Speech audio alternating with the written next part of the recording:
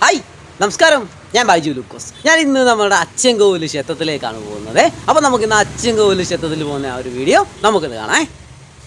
നമ്മുടെ പത്തനാപുരം താലൂക്കിലുള്ള മലയോര പട്ടണമായ നമ്മുടെ പുനലൂരിൽ നിന്ന് അലിമുക്ക് ചെമ്പനരുവി വഴി സഖ്യപർവ്വത നിരകളുടെയൊക്കെ നടുവിലായിട്ടാണ് നമ്മുടെ ഈ അച്ചൻകോവിൽ ക്ഷേത്രം സ്ഥിതി ചെയ്യുന്നത്. അപ്പോൾ നമ്മുടെ ഈ അച്ചൻകോവിൽ ക്ഷേത്രം എന്ന് പറയുന്നത് ഈ മലഭണ്ഡാരങ്ങൾ എന്നറിയപ്പെടുന്ന ഗിരിവർഗ്ഗക്കാരുടെ ഒരു കേന്ദ്രമാണ് നമ്മുടെ ഈ അച്ചൻകോവിൽ ക്ഷേത്രം എന്ന് പറയുന്നത്. അപ്പോൾ നമ്മുടെ ഈ അച്ചൻകോവിൽ ക്ഷേത്രത്തിലേക്ക് പോകുന്ന വഴികളൊക്കെ വളരെ മനോഹരമാണ് കേട്ടോ. കാടിന് നടുവിലൂടെയാണ് നമ്മൾ ഈ അച്ചൻകോവിലേക്ക് പോകുന്നത് കേട്ടോ. അപ്പോൾ അതുകൊണ്ട് തന്നെ ഈ അച്ചൻകോവിലോട്ട് നമ്മൾ പോകുന്ന ആ ഒരു യാത്ര ഉണ്ടല്ലോ വളരെ മനോഹരമായിട്ടുള്ള ഒരു യാത്രയാണ് നമുക്ക് ആ അച്ചൻകോവിലോട്ട് പോകുമ്പോൾ നമുക്ക് കാണാൻ പറ്റുന്നത്. അപ്പോൾ നമ്മൾ ഈ അച്ചൻകോവിലോട്ട് പോകുമ്പോഴത്തേക്കിനും ഒരു സൈഡ് കാടും മറു സൈഡ് ഇങ്ങനെ കൃഷി ഇടങ്ങളും ഒക്കെ ആയിട്ട് ഇങ്ങനെ വേർതിരിച്ച് ഇങ്ങനെ ഇട്ടിട്ടുണ്ട്. അതൊക്കെ കാണാൻ വളരെ മനോഹരമാണ് കേട്ടോ. നല്ല ഭംഗിയാണ് ഇവിടെ നിന്ന് നമുക്കിങ്ങനെ കാണാൻ പറ്റുന്നത്.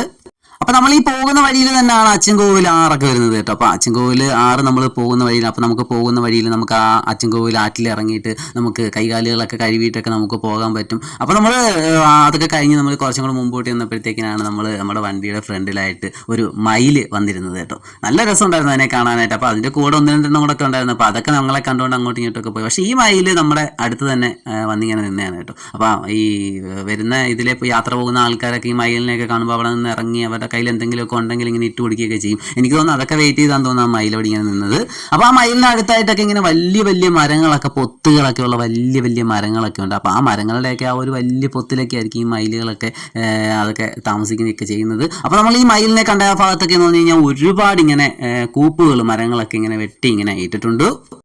അങ്ങനെ നമ്മൾ അവിടെ നിന്ന് ഇങ്ങനെ അച്ചൻകോവിൽ ക്ഷേത്രത്തിൽ നമ്മൾ എത്തി. അപ്പൊ നമ്മുടെ ഈ അച്ചൻകോവിൽ ക്ഷേത്രത്തിൽ കൂടുതലായും വരുന്നത് തമിഴ്നാട്ടിൽ നിന്നുള്ള ആൾക്കാരാണ്. നമ്മുടെ ഈ അച്ചൻകോവിൽ ക്ഷേത്രത്തിൽ കൂടുതലായിട്ട് വരുന്നത്. നമ്മുടെ കേരളത്തിന്റെ സുരക്ഷിതത്വത്തിന് വേണ്ടിയിട്ട് പരശുരാമൻ നിർമ്മിച്ച ക്ഷേത്രമാണ് ഈ അച്ചൻകോവിൽ എന്നാണ് പറയപ്പെടുന്നത്.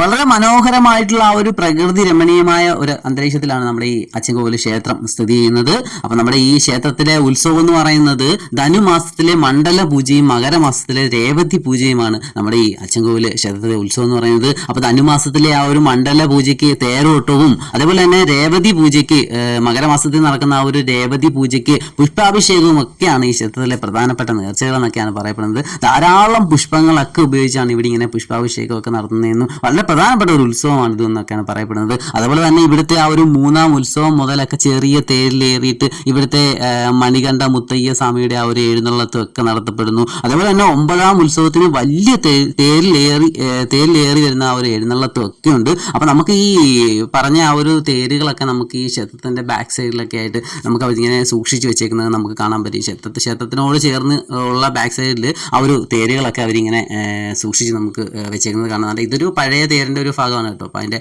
തൊട്ട് ബാക്കിലായിട്ട് നമുക്ക് ഇങ്ങനെ നടന്ന് നമുക്ക് ചെല്ലുമ്പോഴത്തേക്കിനും നമുക്ക് കാണാൻ പറ്റും ആ ഒരു ഉത്സവത്തിനായിട്ടൊക്കെ ഉപയോഗിക്കുന്ന ആ ഒരു തേരുകളൊക്കെ അവിടെ ഇങ്ങനെ ഗ്ലാസ് ഒക്കെ ഇട്ട് കണ്ണടയൊക്കെ ഇട്ട് ഇങ്ങനെ സൂക്ഷിച്ച് ഇങ്ങനെ വെച്ചേക്കുന്നത് നമുക്ക് കാണാൻ പറ്റും.